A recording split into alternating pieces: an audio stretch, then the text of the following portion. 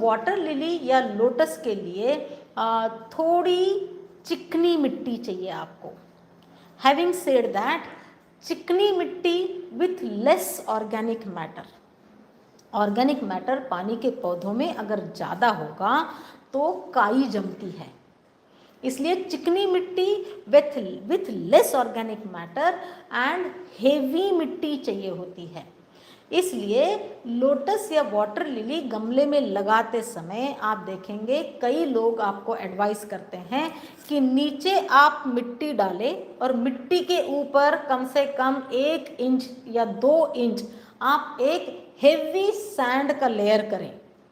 और उसके बाद में आपका जो लोटस का बल्ब है वो सैंड के थ्रू,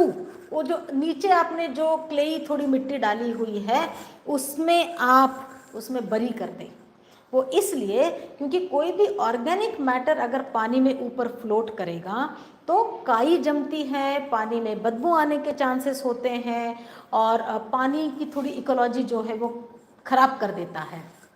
मगर हमारी जो पंका नाम की मिट्टी है, हमने खास करके यही सारे प्रॉब्लम्स जब मैंने फेस करे और उसके बाद में फिर बहुत सारा एक्सपेरिमेंट करने के बाद जब मैंने अपने वाटर पॉन्ड के लिए जो सॉइल बनाई थी, जो हेवी है, जो उसमें क्ले की मात्रा सही है, मगर जो ऑर्गेनिक मैटर है, पहली बार जब आप उसको गमले में डालते हैं, कोई भी मिट्टी आप ध्यान रखें, वो चाहे आप पंका करके ले या आप अपनी मिट्टी डालें, क्योंकि थोड़ा बहुत तो ऑर्गेनिक मैटर चाहिए है। गोबर खाद जब आप डाल रहे हैं इसमें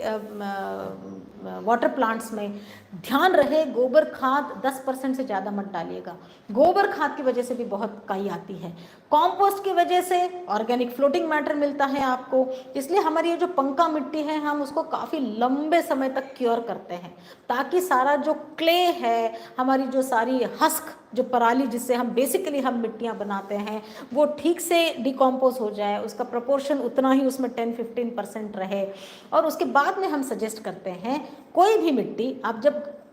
वाटर प्लांट्स के लिए गमले में डालते हैं, कम से कम 2 से 5 दिनों तक उस गमले में आप एक छोटा सा पाइप छोड़ दें, आप उसमें पानी नल ऑन कर दें, बिल्कुल धीमे उसका पानी का फ्लो चलने दें, बस इतना कि आपका गमला ओवरफ्लो हो जाना चाहिए, बिल्कुल धीमे, बहुत तेज से ओवरफ्लो नहीं होना है, बिल्कुल धीरे। तो क्या होगा, जितना भी फ्लोटिंग मैटर होगा वो सारा निकल जाएगा। जब एक बार आपका फ्लोटिंग मैटर निकल गया और आपने मिट्टी इतने अच्छे से आपकी बनाई हुई है जिसमें बहुत ज़्यादा नाइट्रोजनस मैटर नहीं है, जिसमें बहुत ज़्यादा ऑर्गेनिक मैटर नहीं है और जिसमें बहुत ज़्यादा गोबर खाद की मात्रा नहीं है, तो वैसी मिट्टी के ऊपर आप अगर सैंड वैंड डालेंगे तब भी वो रह जाता है। और अगर आपकी इतनी अच्छी मिट्टी हो जैसे हमने अपनी पंका बनाई हुई है, तो उसके लिए भी आपको सैंड की ज़रूरत नहीं है, तो उसमें आप बहुत अच्छे से अपना पौधा लगा सकती हैं।